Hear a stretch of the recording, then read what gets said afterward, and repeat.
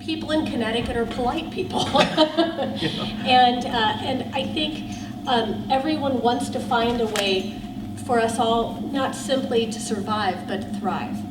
What's been difficult for all of us at Yankee is to open our mail and to see people to whom we've tried to reach out write back, so sorry, can't stay, we can't afford to stay, we have to move, we can't take it anymore, things have just gotten too bad, and we're leaving. And that's a shame, because as JoAnn was saying, there is a lot.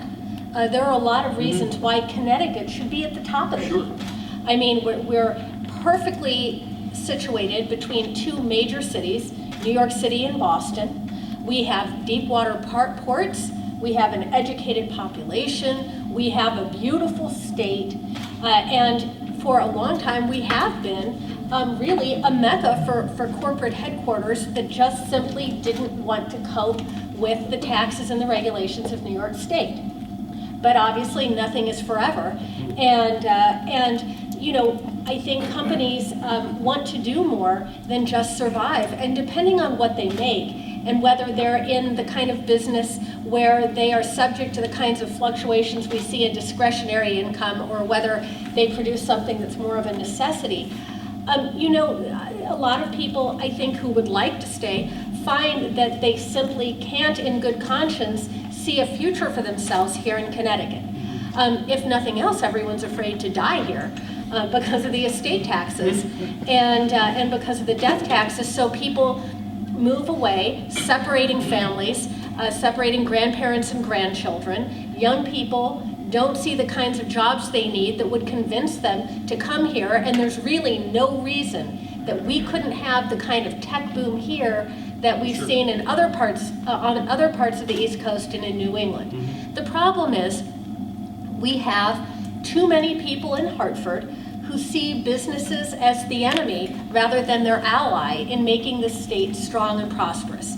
They don't understand that businesses are not some alien to be feared, but rather friends to be embraced, and that they are the engine of job growth, and you know, very often the first footstep on the ladder of opportunity for a lot of people.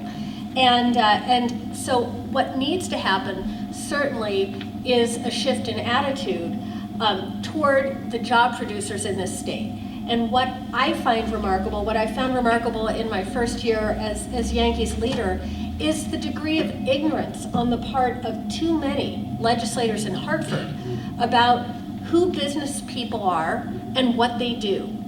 And a lack of understanding that there are a wide range of businesses in Connecticut, and that GE is not like a mom and pop S-corp business and can't be treated the same way, can't be painted with the same brush.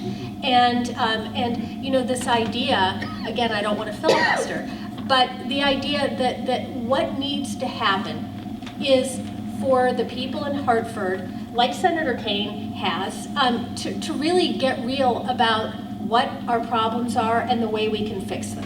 And the fact is, there is no way we will ever be able to tax and spend our way out of the problems we confront with our pensions, with our budget deficits, with everything. And Yankee just last week released a new study. And what our study found was that public sector workers, on average, earn between 25 and 42% more than their private sector counterparts with the same skills and the same experience.